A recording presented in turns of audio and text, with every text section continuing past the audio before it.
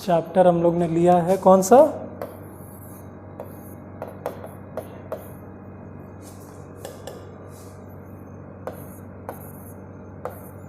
ठीक है, motion chapter लिया है। अब बिना मेरे फिजिक्स को बताए आप बता तो लोगे यार कि मोशन क्या होता है? क्या होता है मोशन? कोई ट्रक चल रही है, बहुत बढ़िया, मैं भी तो चल रहा हूँ। क्या मैं मोशन नहीं दिखा रहा हूँ आपको? और क्या ये टेबल आपको मोशन दिखा रही है? तो जो चीज़ मोशन नहीं दिखाएगी उसको हम लोग क्या कहते हैं? सोचिए, मोशन का ऑपोजिट क्या है?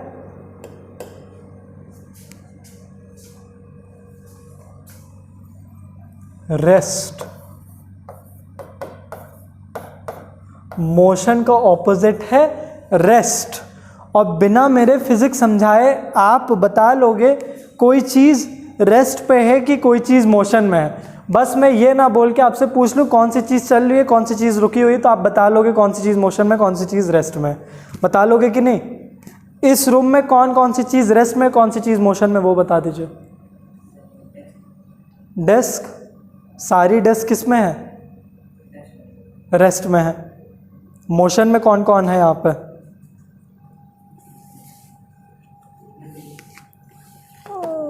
मतलब अभी कौन कौन है रेस्ट में? मतलब पॉइंट करके बताइए। मोशन में कौन कौन है? हम और आप हैं, और कोई नहीं है मोशन में।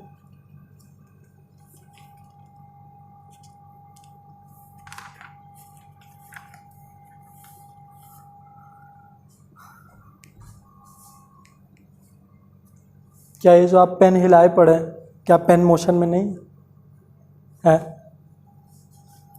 तो आप मुझे कैसे बता ले रहे हो ये मोशन में है, कैसे ये रेस्ट में है?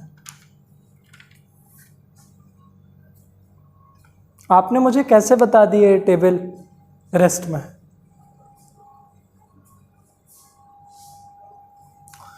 क्योंकि ये टेबल ने अपनी पोजीशन नहीं बदली। मैं क्यों मोशन में हूँ? मैं अपनी पोजीशन बदले पड़ा हूँ। मैं कभी यहाँ खड़ा हूँ, कभी यहाँ खड़ा हूँ, तो आप बता नहीं सकते कि मैं 1 मिनट बाद यहाँ मिलूँगा कि यहाँ मिलूँगा।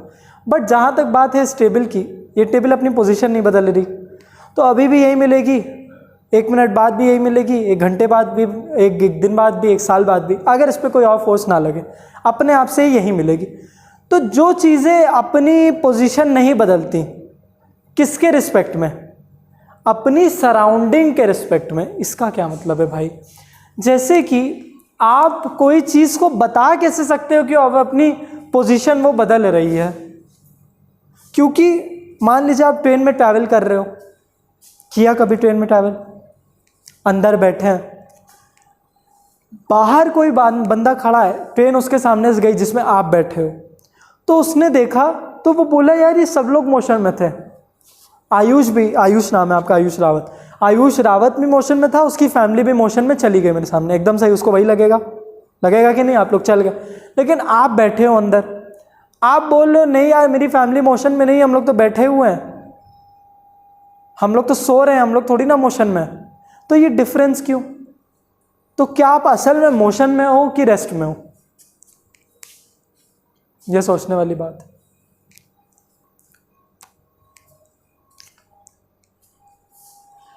आपकी फैमिली, आप बहुत चल रहे हो, आपकी फैमिली ने आपके पापा ने बोल दिया आयुष बैठो वहीं पे, ज़्यादा हिलो डुलो मत, आप एकदम बैठ गए ऐसे, आप कोई मोशन नहीं शो कर रहे हो। तो क्या आप मोशन में उस टाइम की रेस्ट पे हो? ट्रेन चल रही है। कभी सोचा ऐसे? तो कोई इंसान, कोई ऑब्जेक्ट मोशन में है कि रेस्ट में है, इसका बहुत बड़ा रोल है कि कौन उसको देख रहा है। जैसे कि अभी ये भी मोशन में है, सब कुछ मोशन में। क्यों? क्योंकि अर्थ तो रिवॉल्व कर रही है।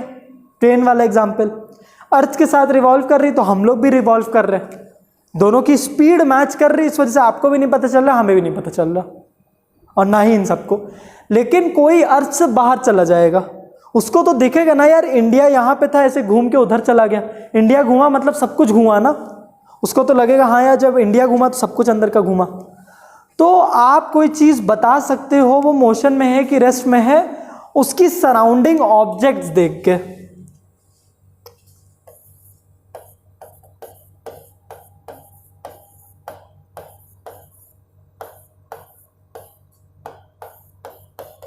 मतलब कि आपने मुझे बताया कि ये टेबल रेस्ट में है, बाकी सब कुछ देख के इसके अराउंड आपने देखा ये दीवार, आपने देखा मुझको, आपने देखा खुद को, आपने ऊपर नीचे देखा, देखा कि हाँ ये सब कुछ है, उसके साथ साथ ये वहीं पे है। होता है कि नहीं? जैसे कि आप ट्रेन में कभी कभी बैठे रहते हो, आपकी ट्रेन रुकी हुई है, बगल वाली ट्रेन चल पड़ी, आपको नहीं लगेगा मेरी ट्रेन चल रही है, लेकिन असल में तो वो चल रही होती है ना। तो सराउंडिंग ऑब्जेक्ट आपने देखा तो उससे लगा आप मोशन में आ गए हो। तो कोई चीज मोशन में है कि रेस्ट में है, उसमें बहुत बड़ा रोल होता है उसके सराउंडिंग ऑब्जेक्ट का, ठीक है, उसकी अगल बगल की चीजें कैसी हैं। तो आप जब कोई ऑब्जेक्ट अपनी पोजीशन नहीं बदलेगा, does not change its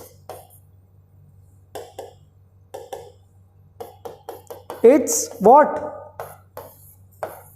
position. किसी ऑब्जेक्ट ने अपनी अगर पोजीशन नहीं बदली with respect to its surrounding objects and with respect to time. आप समय भी तो देख रहे हो, समय आप देखे हो और सराउंडिंग ऑब्जेक्ट देखे हो, एक चीज का मोशन और रेस्ट में। आप बोले हो अभी कि ट्रक मोशन दिखाती है मुझे जब वो चल रही होती है, तो वो 1 सेकंड में कहीं होती है, 1 सेकंड बाद कहीं और, 2 सेकंड बाद कहीं और। तो टाइम भी तो आप कॉन्स्टेंटली देख रहे हो, वो एक ही सेकंड में यहां और वहां नहीं हो सकती है ना। तो रेस्ट की डेफिनेशन होती है when a body does not change its position with respect to its surrounding object and with respect to time, then the body is said to be in rest. इसको लिखिए, whenever a body, रेस्ट की definition, whenever a body does not change its position, does not change its position with respect to its surrounding objects, does not change its position with respect to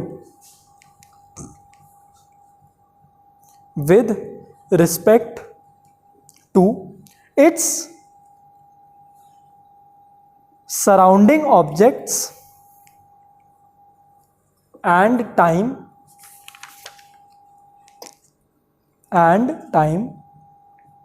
it is said to be in rest.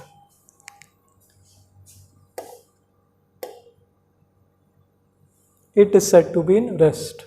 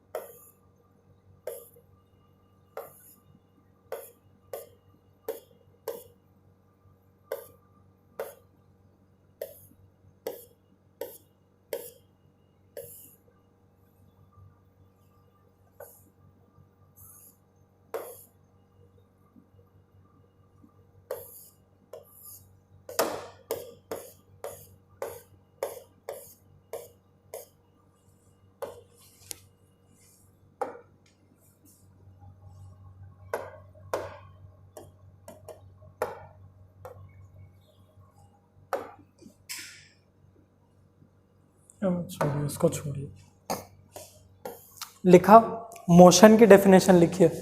Motion की definition में बस ये same definition है, बस does not का, does not जो rest की definition में डज नॉट लिखा है वो डज नॉट हटा दीजिए, तो अब वो बन जाएगी whenever a body changes its position, whenever a body changes its position with respect to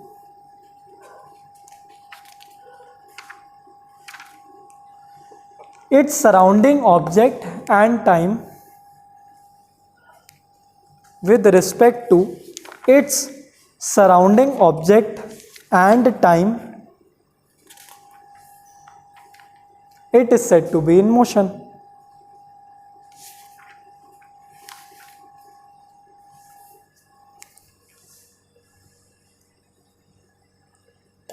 clear?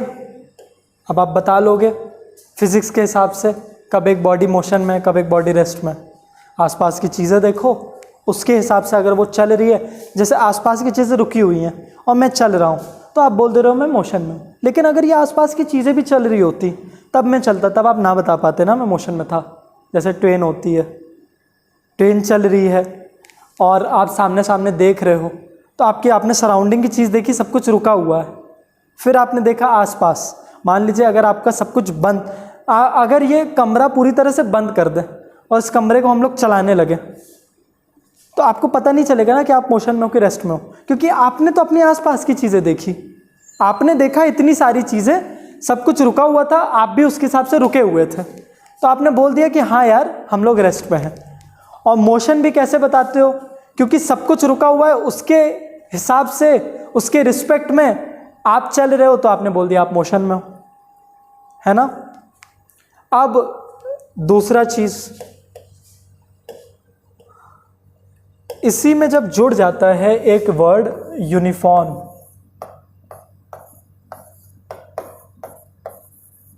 तब चीजें थोड़ी सी कॉम्प्लिकेट होना स्टार्ट होती हैं। जब हम लोग ने बोला कि एक बॉडी यूनिफॉर्म मोशन शो कर रही है, तब चीजें होने लगी थोड़ी कॉम्प्लिकेट कि भाई ये यूनिफॉर्म का मतलब क्या है। तो यूनिफॉर्म का मतलब असल में क्या होता है, सिर्फ ऐसे लेमैन में यूनिफॉर्म मतलब क्या होता है?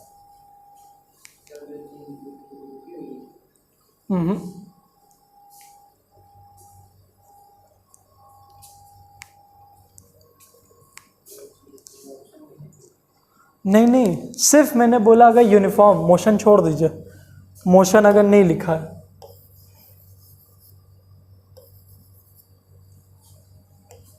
एक मतलब तो होता है इसका जो आप स्कूल में पहन के जाते हो, वो भी यूनिफॉर्म होती है। लेकिन फिजिक्स में यूनिफॉर्म मतलब होता है कि जो चीज़ एक ही तरीके से अपने आप को चला रही है, मतलब कि वो चीज़ ऐसा नहीं है कि ऐसे ऐसे ऐसे ऐसे चल रही है, वो इसका मतलब है कि वो ऐसे चल रही है। यूनिफॉर्म, मैं यूनिफॉर्म चल रहा हूँ, यूनिफॉर्म था ना, मैं एक ही स्पीड से चलता गया ना। अब क्या मैं यूनिफॉर्म था? तो this was non uniform, this was uniform. तो एक सेकेंड,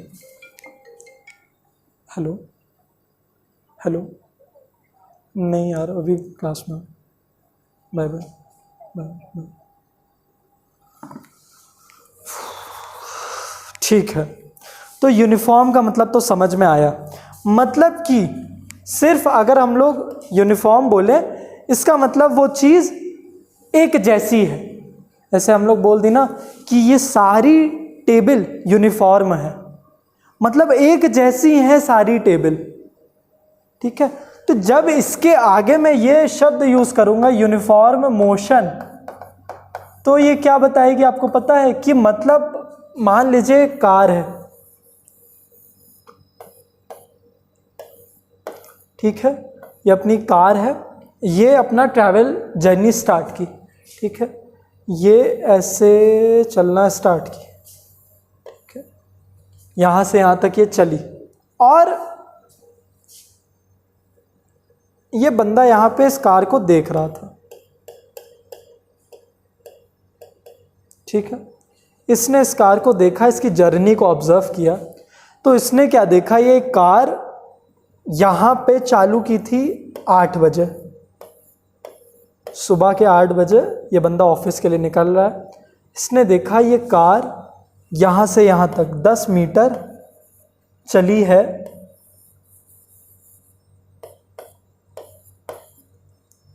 5 सेकंड में। ठीक है, ये कार यहाँ से यहाँ तक 10 मीटर चली है 5 सेकंड में।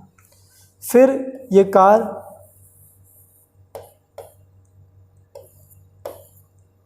यहाँ से यहाँ तक, फिर यहाँ से यहाँ तक 10 मीटर चल गई। ठीक है, अब देखा इसने, मतलब कि 5 सेकंड में ही चली है। यहाँ से यहाँ तक भी 5 सेकंड में 10 मीटर, यहाँ से यहाँ तक भी 5 सेकंड में 10 मीटर। लेकिन ये बंदे को दिखा, मतलब टाइम तो बढ़ता गया ना, 5 सेकंड के बाद 5 सेकंड और, तो असल में तो 5 सेकंड में ही यहाँ से यहाँ चली है। ठीक है, फिर इसने देखा, चलिए इसको भी 20 कर दीजिए, जब देख रहे वैसे ही कि यहाँ से यहाँ तक चली 5 सेकंड में यहाँ। फिर इसने देखा कि ये कार यहाँ पे पहुँची। ठीक है, फिर चल गई, फिर यहाँ से यहाँ तक 10 मीटर चली है और 5 सेकंड में ही चली। ठीक है, फिर इसके बाद अगर मैं आपसे पूछूं कि ये कार यहाँ पे अब जब 5 सेकंड और, ये कितना मीटर चल चुकी होगी?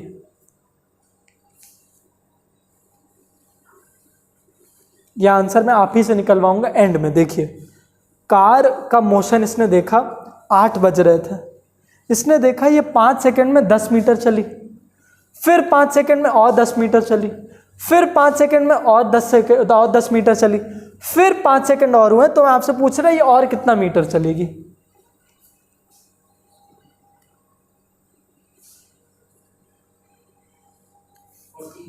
बहुत बढ़िया, बहुत बढ़िया। इसका मतलब ये हर 5 सेकंड में 10 मीटर चल रही है।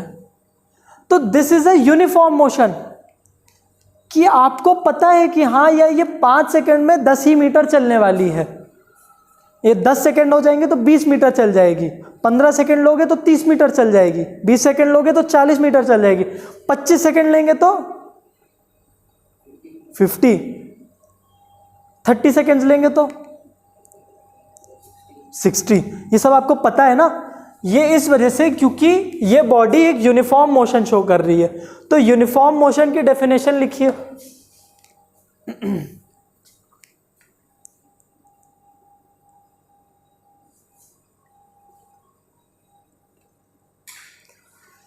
whenever a body travels equal distances in equal interval of time,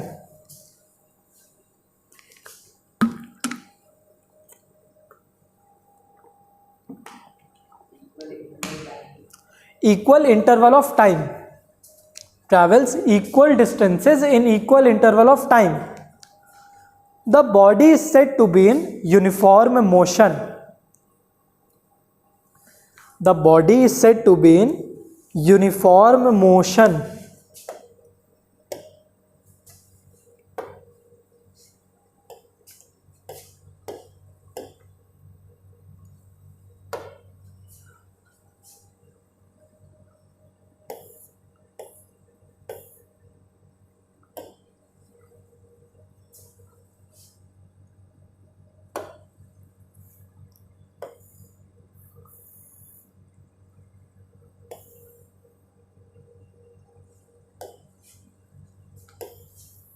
यही है वो गाड़ी जिसका डायग्राम बनाया था।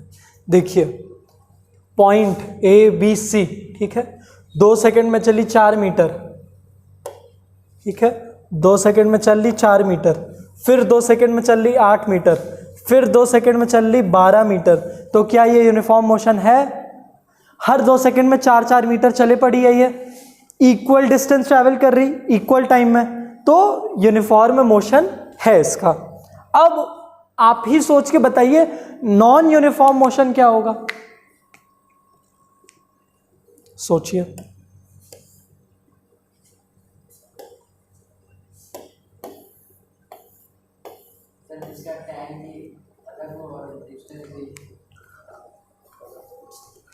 देखिए टाइम अलग नहीं हो सकता, क्योंकि टाइम तो फिक्स ही होने वाला है। 5 सेकंड बाद आपको पता है कि हाँ यही कहाँ से कहाँ तक चली जाएगी, तो टाइम हमेशा इक्वल होता है। डिस्टेंस बदल सकती है।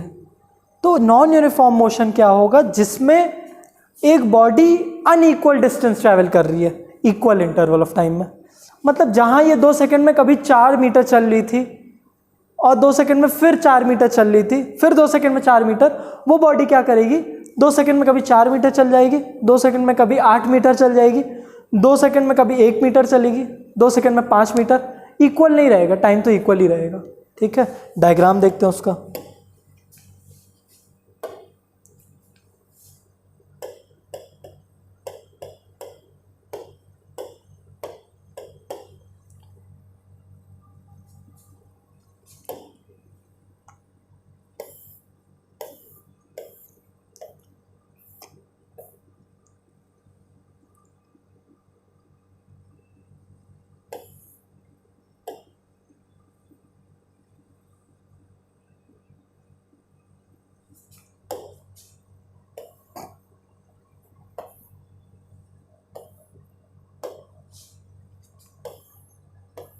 देखिए यूनिफॉर्म मोशन में देखिए 1 मिनट में 10 किलोमीटर, 1 मिनट में 10 किलोमीटर, फिर 1 मिनट में 10, ऐसे ऐसे यूनिफॉर्म मोशन है। Equal distance in equal interval. यहाँ पे 1 मिनट में 20 किलोमीटर, 1 मिनट में 5 किलोमीटर, 1 मिनट में 5 किलोमीटर, 1 मिनट में 10 किलोमीटर। तो देखिए टाइम तो तब भी बराबर ही था, एक एक मिनट था, 1 मिनट 1 मिनट 1 मिनट 1 मिनट, लेकिन डिस्टेंस क्या थी, कभी 20 किलोमीटर चल जा रहा है 1 मिनट में, कभी 5 ही किलोमीटर चल रहा, फिर 5, फिर 10। तो this is non uniform motion. तो अगर हम लोग इसका ग्राफ बनाते हैं तो इधर रखते हैं अगर हम लोग डिस्टेंस और इधर रखते हैं टाइम, तो देखिए टाइम के साथ ये हम लोग ऐसे ग्राफ बनाना तो सीखेंगे। ठीक है, अभी सिर्फ ऐसे ही समझते हैं, ग्राफिकली नहीं, ऐसे ही समझते हैं कि नॉन यूनिफॉर्म और यूनिफॉर्म मोशन क्या होता है। ठीक है, तो नॉन यूनिफॉर्म मोशन की भी डेफिनेशन लिख लीजिए।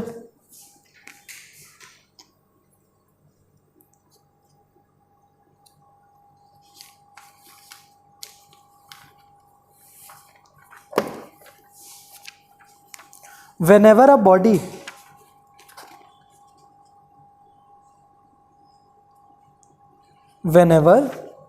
a body covers unequal distances या travels unequal distances,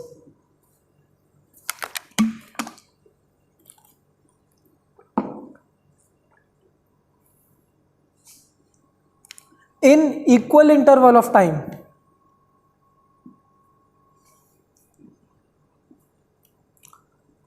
in equal interval of time, the body is said to be in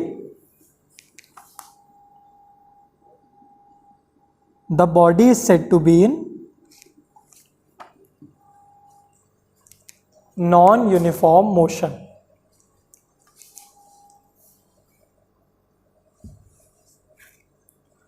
Whenever a body covers unequal distances in equal interval of time, the body is said to be in non-uniform motion.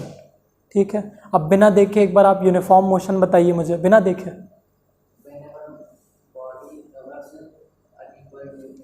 Uniform, ये तो non uniform है,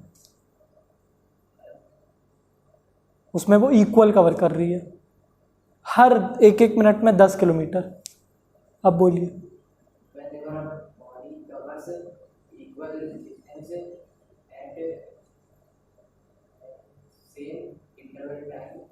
बहुत बढ़िया, it is said to be इन,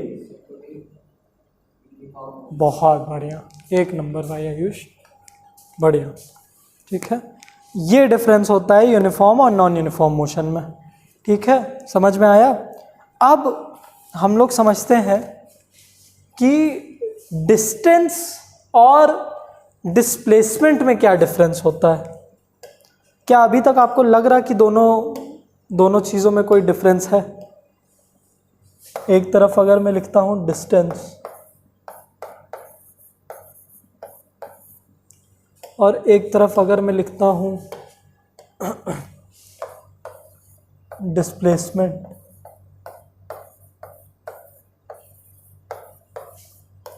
तो क्या दोनों में कोई डिफरेंस है? क्या डिफरेंस है?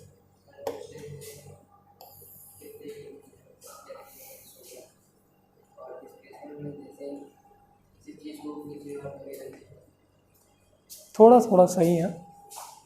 देखिए, डिस्टेंस क्या होता है? डिस्टेंस होता है, अगर मैं लिखता हूं इसको तब आप समझाइएगा।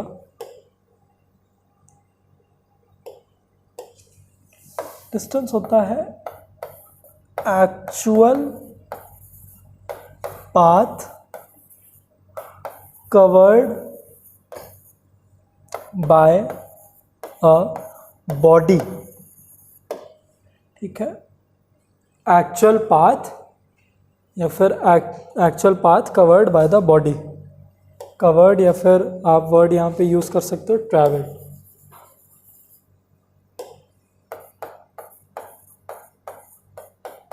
Travelled bye a body. और ये क्या होता है? Shortest path between initial and final positions। इसका क्या मतलब है सर? ये क्या लिख दिया आपने? कुछ समझ में आया आपको इतना मेरे लिखने पे? डिस्टेंस क्या होती है कि मान लीजिए आप सुबह सुबह घर से निकले, चाय लेने, अरे दूध लेना, चाय बनाना था घर पे, आंटी ने भेजा कि जाओ आयुष दूध लेके आओ। आप गए बाहर, ठीक है, डायग्राम, इसको हम लोग डायग्रामेटिकली अगर रिप्रेजेंट करें आपको, तो ये सुबह आपकी जर्नी है। ठीक है, ये आप हो, आप अपना, अरे ये क्या बना रहा हूँ,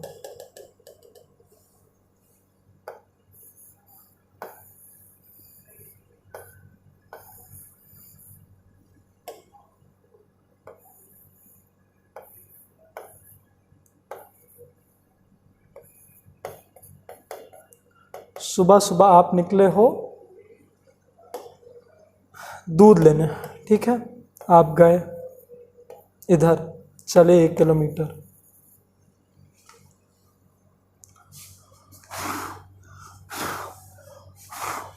एक किलोमीटर चले, यहाँ पे एक चौराहा आया, आप इस चौराहे से इधर चले गए। ठीक है, 1 किलोमीटर और यहाँ पे थी आपकी दूध की शॉप।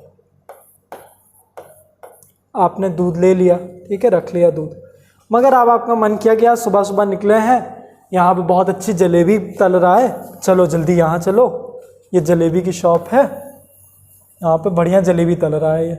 आप यहाँ से यहाँ तक चले गए 3 किलोमीटर बस जलेबी खाने सुबह सुबह, क्योंकि गरम गरम थी, कैसे छोड़ दें। ठीक है, यहाँ से यहाँ तक आप गए जलेबी खाने। पसंद है जलेबी बहुत? तब तो जाएंगे, तब तो एकदम सही बना दिया मैंने। यहाँ से आप गए 3 किलोमीटर, ठीक है, फिर आपको मन भर गया, आपने बोला चलो भाई अब घर चलते, लेकिन आप ऐसे ना आके आप सोचे चलो यार अब सुबह सुबह स्कूटी निकाल ही लिए हैं जब, तो थोड़ा ऐसे गेड़ी मार के चलते हैं घर। और इतना आपने ट्रैवल कर लिया 5 किलोमीटर। ठीक है, बहुत अच्छा। सब ये आपकी सुबह की कहानी है कि मम्मी ने बोला था जाओ आयुष दूध लेके आओ, और आप दूध यहाँ से ले सकते थे लेकिन आप वहाँ चले गए, जलेबी खा के आए हो। ठीक है, तो अब अगर घर पे जाके पूछा जाए आयुष बेटा तुमने कितना डिस्टेंस ट्रैवल कर लिया, आंटी बोलेंगी कि बेटा ये बताओ दूध की शॉप तो 2 किलोमीटर दूर थी, मीटर पे दिखा रहा है 1 2 3 5 और 10 किलोमीटर, कहाँ थे तुम? आप बोलोगे मम्मी थोड़ा चले गए जलेबी खाना। अच्छा, जलेबी खा के फिर ऐसे ही आते तुम अपना बढ़िया, उधर जाके ऐसे ही आते? अरे मम्मी ठीक है, थोड़ा चलने का मन कर गया। अच्छा चलो ठीक है, तो कितना डिस्टेंस ट्रैवल किया? तो आप बताएंगे मम्मी 1 किलोमीटर पहले ऐसे गए, चौराहे से 1 किलोमीटर और, वो तो 2 हो गया, फिर वहाँ से जलेबी खाने चले गए 3 किलोमीटर दूर। बोलिए अच्छा, फिर बोले 5 किलोमीटर वापस आने का, तो 10 किलोमीटर मैंने डिस्टेंस ट्रैवल की है। डिस्टेंस ट्रेवल 10 किलोमीटर्स, एकदम से। अब वहीं आए अंकल। अंकल ने बोला आयुष बेटा ये बताओ, डिस्टेंस तो ठीक है, अब तुम 9th में आ गए हो, अब तुम मुझे डिस्प्लेसमेंट में ही जवाब दिया करो कि तुम कितना डिस्प्लेसमेंट करके आए हो। अब अंकल ने पूछा बेटा डिस्प्लेसमेंट कितनी तुम्हारी हुई, अभी तुम घर पे हो, कितना डिस्प्लेसमेंट तुमने ट्रैवल किया, कितना डिस्प्लेसमेंट तुमने किया, तो क्या आपका आंसर होगा?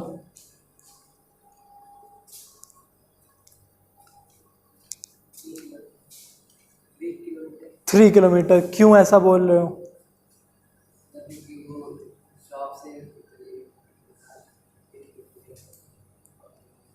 तो आप तो यहां से निकले 3 किलोमीटर, कैसे फिर वापस भी तो आए? अभी आप यहाँ पे ही खड़े हो, वापस आप आ चुके हो यहाँ पे। अब अंकल आपसे पूछ रहे हैं कि बेटा गए तो बताओ डिस्प्लेसमेंट कितनी। तब आप बच जाओगे, तब आप बोलोगे वापस 0 किलोमीटर है मेरी डिस्प्लेसमेंट, घर ही पे था मैं। बोले अच्छा घर ही पे थे? बोले हाँ, आपने डिस्प्लेसमेंट पूछी, 0 किलोमीटर है मेरी। क्योंकि आप सही हो, क्योंकि डिस्प्लेसमेंट क्या होता है, मैंने लिखा ऊपर shortest path between the initial position and final position. अब ये क्लियर करने से पहले क्या होती है इनिशियल और फाइनल पोजीशन, पता है? इनिशियल पोजीशन जैसे मान लीजिए आपकी कोई जर्नी है, मान लीजिए ये आप पॉइंट ए पे हो, पॉइंट बी पे जाना है, ठीक है?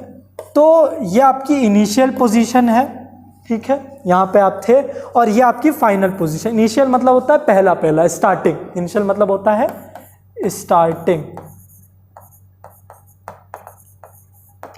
स्टार्टिंग में कहाँ थे, और फाइनल मतलब तो पता ही है, फाइनल मतलब अंत में कहाँ पहुंचे। तो डिस्प्लेसमेंट क्या कहता है, जैसे कि अगर आपका ये आपका घर था, यहाँ पे आप थे, और यहाँ पे आपको दूध लेने जाना था, ठीक है, मगर आप गए पूरा ऐसे ऐसे जलेबी वलेबी खा के दूध लिए, फिर उसके बाद ऐसे ऐसे आए वापस, ठीक है? तो ये तो आपकी डिस्टेंस हुई, आपकी डिस्टेंस ट्रैवल्ड है, जितना भी एक्चुअल पाथ आपने कितना ट्रैवल किया निकलते ही। पर डिस्प्लेसमेंट क्या कहता है, shortest distance between initial and final position. मतलब कि शॉर्टेस्ट डिस्टेंस हमेशा एक छोटी सी लाइन होती है, आपने ये लाइन खींच दी, ये है आपकी डिस्प्लेसमेंट, ठीक है? जैसे कि यहां से वो डोर तक जाने के काफी रास्ते हैं, हम ऐसे ऐसे जाएं, यहीं पे घूम घूम के जाएं, कैसे भी जाएं, हमारी मर्जी, ठीक है?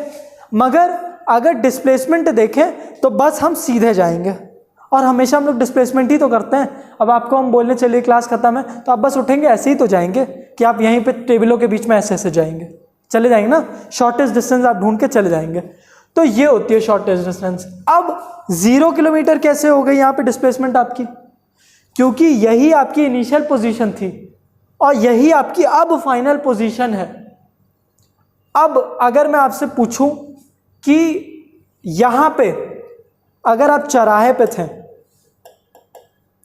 इस चौराहे पे अगर आपको पापा मिलते हैं और वो पूछते हैं कि कितना डिस्टेंस ट्रैवल किए हो, तो तब आप क्या बोलते हैं? घर से अभी आप निकले,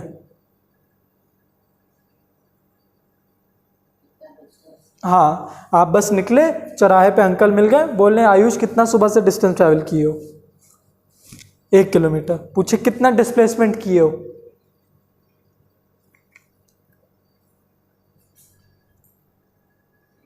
नहीं, इनिशियल पोजीशन, फाइनल पोजीशन, कितना डिस्टेंस?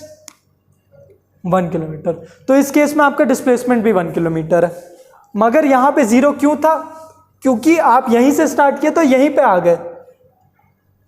तो हर दिन जब आप घर वापस जाते हो तो आपकी डिस्प्लेसमेंट 0 हो जाती है, क्योंकि आपकी इनिशियल और फाइनल पोजीशन सेम हो जाती है, ठीक है?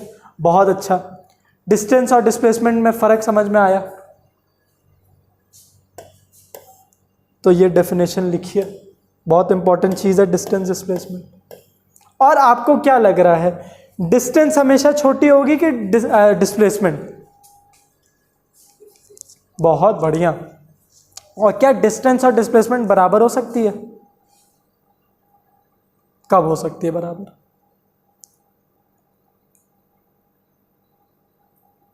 बस ये आंसर दे दीजिए, फिर आपकी छुट्टी। कब हो सकती है डिस्टेंस और डिस्प्लेसमेंट बराबर?